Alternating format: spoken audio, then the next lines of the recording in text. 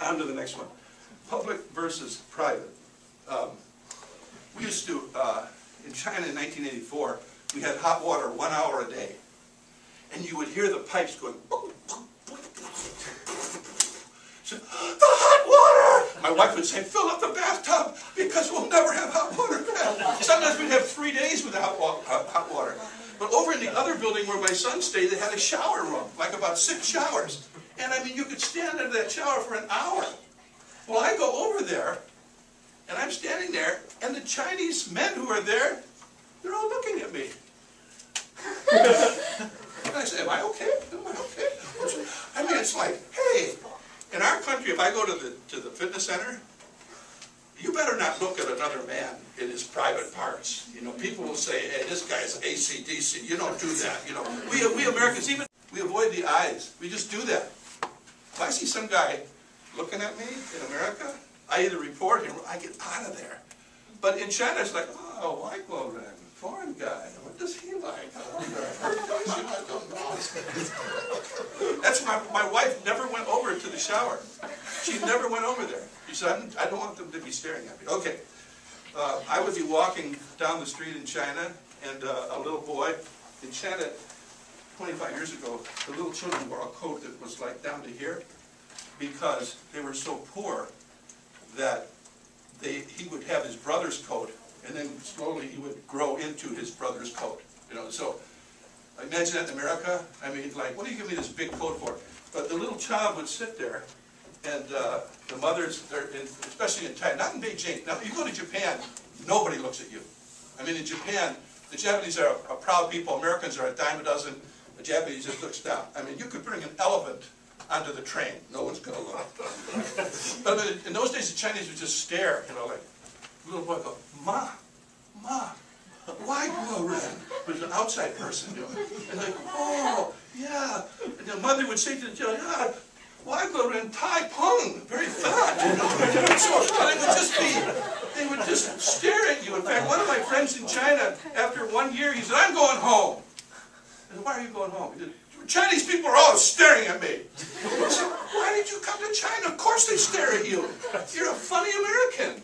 That's why they stare at you. But another guy said to me, I'm going home. Why are you going home? I don't like Chinese food. What? You came to China. You don't like China. I mean, Americans are a little, sometimes, ar-by-woo.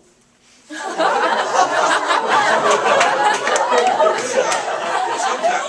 By the way, ar-by-woo means a little crazy, right? Some people told me not to use that phrase. Okay.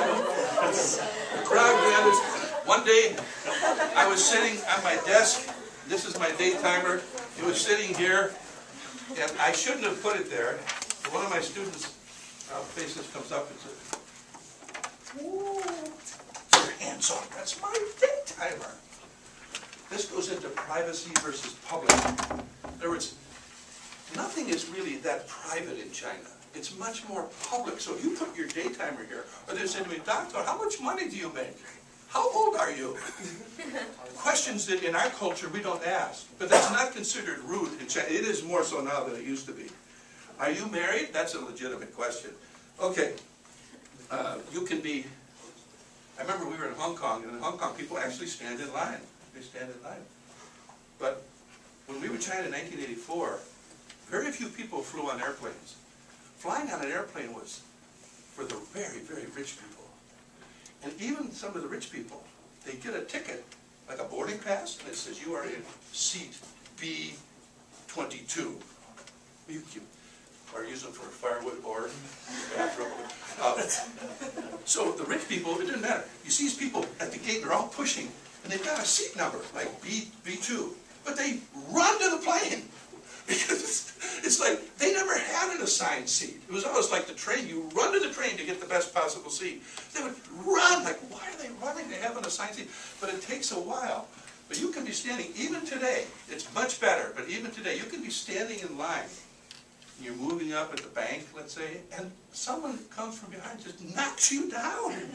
And then somebody, usually Chinese look, and they say, I think most Chinese say, this person must have some guanxi, you know, or something, that they get to go to the front of the line.